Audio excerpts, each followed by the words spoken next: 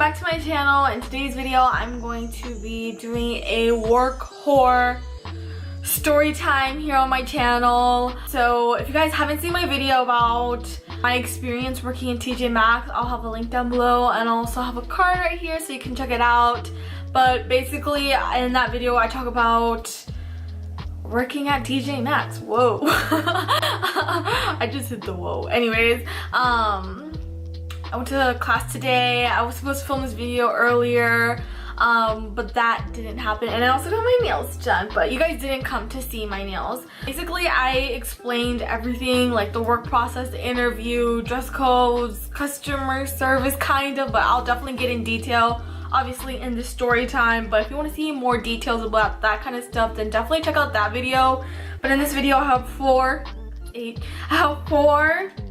stories that like really like haunts me still to this day, and I will never work in retail again. I can tell you that much, because like retail is not fun and there's so much better stuff out there, and retail is not one of them. So the first story I have here, I have notes by the way, because like but anyways, the first story is when this lady came to the register to check her items out. She felt that we were being racist, that we were racially profiling her. First of all, like, I am so against that. I think that is so disgusting. Yeah, I'm not about that, like racially profiling people. I am a colored person too. Like, I wouldn't like that if that was happening to me, if someone was like watching me. I didn't have her. The girl next to me had her on register 1. I was like on register 3, and we were the only ones on the registers. There was nobody else, so either I would get her or the girl next to me would get her, and she's the one who got her, and I'm so happy like she got her and not me. That sounds like really horrible to say, but it's true, because this lady was like giving her such a hard time. Like, she had like an accent. The girl on register 1, she had like a British accent, and like she was kind of nervous because like she was just starting. She wasn't working there for like that long like I have. So she was nervous, and then she had like this little British accent, and then this lady was like giving her a hard time and intimidating her. So I felt really bad.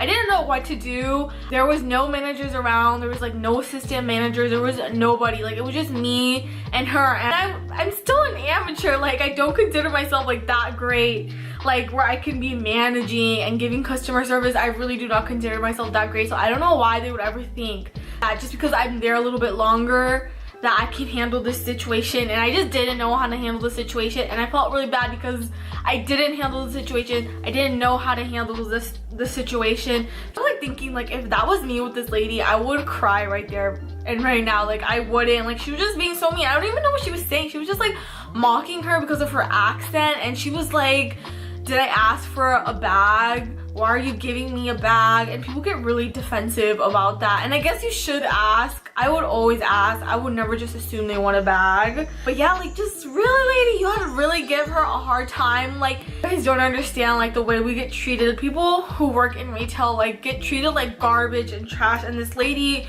was like an example of all the horrible like treatment we get. Like, where were the managers? Like, the managers when you needed them were never ever there at my TJ Maxx store. When I needed them present, when I needed their assistance, they were never there. So like, that was really irritating, and that's kind of like The second story, please don't do this at any store that sells makeup. Not even African Sephora, not at Ulta, not anywhere. Like, don't do this. That's gross.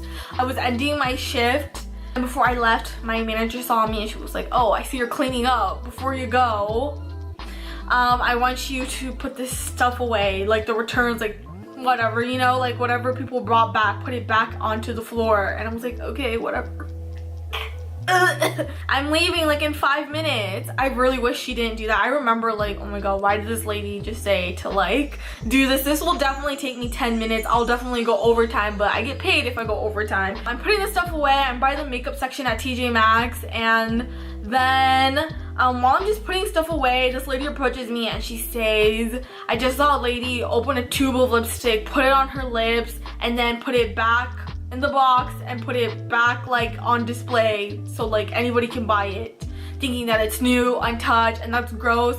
I'm not leaving the store until I speak with the manager and you guys clear everything out that is gross. I want you to clear out everything. I was like, lady, like, I'm ending my shift like in 3 minutes, 4 minutes, and you're telling me that I have to get my manager and I'm gonna have to like clear out that whole section because you're not gonna leave and you're dissatisfied. And I 100% understand, but like, really, you had to approach me when I'm like leaving and ending my shift in like 3 minutes. I was like, oh my god, I just want to go home. This is the last thing I want to do. I'm like, you know, like whatever, let me just do this so I can leave. I want to leave.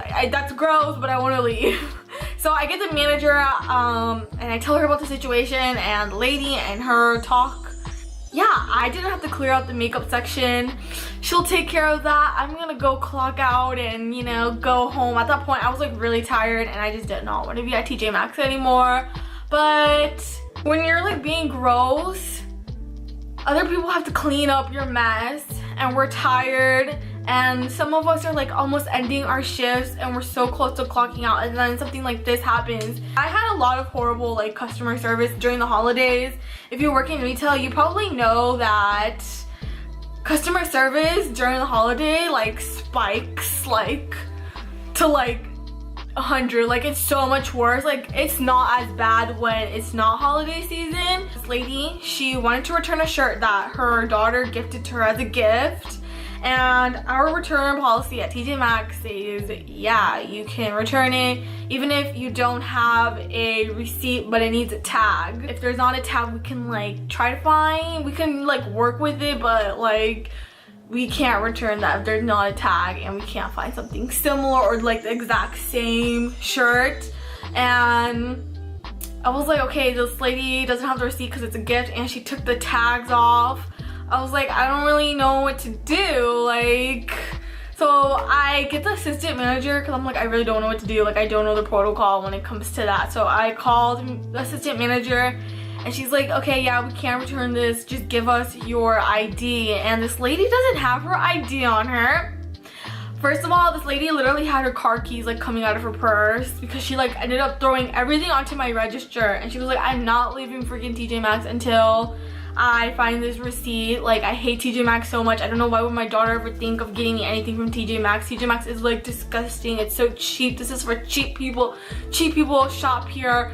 Why does she ever think to get me this shirt? And she like just slams her purse onto my register. She throws everything out and she's like, what kind of policy is that you need my ID? And like, while she's throwing everything out, like, her car keys like come out of her purse. So this lady was driving without an ID. That was like my first like thought, like, this lady is driving without an ID. Like, that's kind of weird. Like, everybody has their ID on them for like the most part. Even I have my ID and I don't have my like my own car and I still have my ID on me. So I was like, that's really, really weird, lady. Like, and that's no one's fault that you're driving around without an ID. Like, that's literally nobody's fault. And yeah, she was just going on and on and on and on and on and on about how like TJ Maxx is disgusting, and I had to hear it and like take it, and I was just like sitting there like very awkwardly. I was like, I don't know what to do, lady. Like, you know, you're the one who wants to return this and you don't have an ID. Like, that's so weird. Like, that is so weird. Like, who doesn't have their ID? Like, I have my ID and I don't drive. Like, how does that make sense? So the last story is when this lady had 2 pairs of gloves that she wanted to return. One of them had a tag, one of them didn't, and I believe she had the receipt, if I'm not mistaken. She had the receipt, but one of them had a tag and one of them didn't.